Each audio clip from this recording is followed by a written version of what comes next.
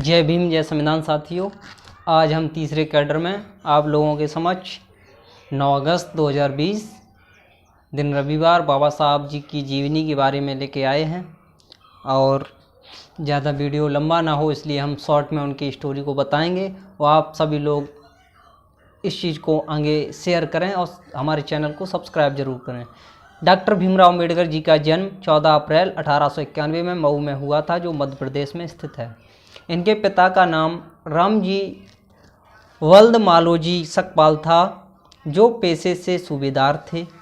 इनके परिवार के लोग कबीरपंथी थे। इनकी माता का नाम भीमाबाई था। इनकी प्रारंभिक शिक्षा दापोली और सतारा में हुई। मुंबई में मैट्रिक्स 1907 में पास की।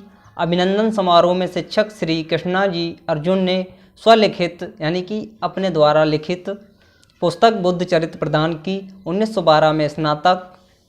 संस्कृत लेना मना था, इसलिए फारसी भाषा को लेकर इन्होंने पास की।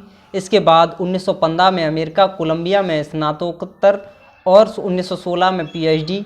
इसके शोध का विषय था ब्रिटिश भारत में प्रांतीय वित्तीय का विकेंद्रीकरण।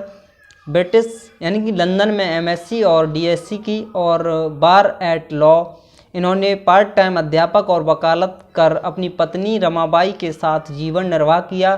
सन 1919 में राजनीति सुधार हेतु गठित जो साउथ बरो आयोग के समक्ष रहे। ये उन्होंने गरीब अशिक्षित लोगों को जागरूक करने का काम किया। और भारत का जो संविधान है, जिसको हम विश्व के सबसे बड़े संविधान की तुलना करते हैं, जिसकी उस संविधान को जब बाबा साहब ने लिखा 2 वर्ष 11 माह 18 दिन में बनाकर डॉक्टर राजेंद्र प्रसाद जी को सौंप दिया था। 12 घंटे की जो गरीब लोगों की मजदूरी थी उसको इन्होंने कम करके 12 घंटे की मजदूरी को कम करके सुधार करके उसमें 8 घंटे में तब्दील किया। और जो महिलाओं को अधिकार नहीं था पढ़ने का और बहुत सी चीज़ें ऐसी थीं जिनका उनको अधिकार नहीं था, उन अधिकारों को दिलाया।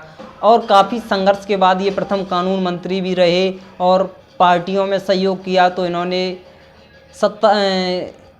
काफ़ी संघर्ष करने के बाद, उनके बारे में हम जितना बताएं उतना बहुत ज़्यादा हो जाएगा और ये वीडियो भी बड़ी हो जाएगी, इसलिए हम शॉर्ट में ही बता देना चाहता हूँ कि उनको हम सही माने। कुछ लोग कहते हैं कि वो सिर्फ दलित और व्यक्ति एक जाति विशेष के भगवान है, ऐसा कुछ नहीं है। वो हर एक व्यक्ति के भगवान हैं, हर व्यक्ति के लिए एक महान है, चाहे वो वाल्मीकि हो चाहे वो ब्राह्मण हो।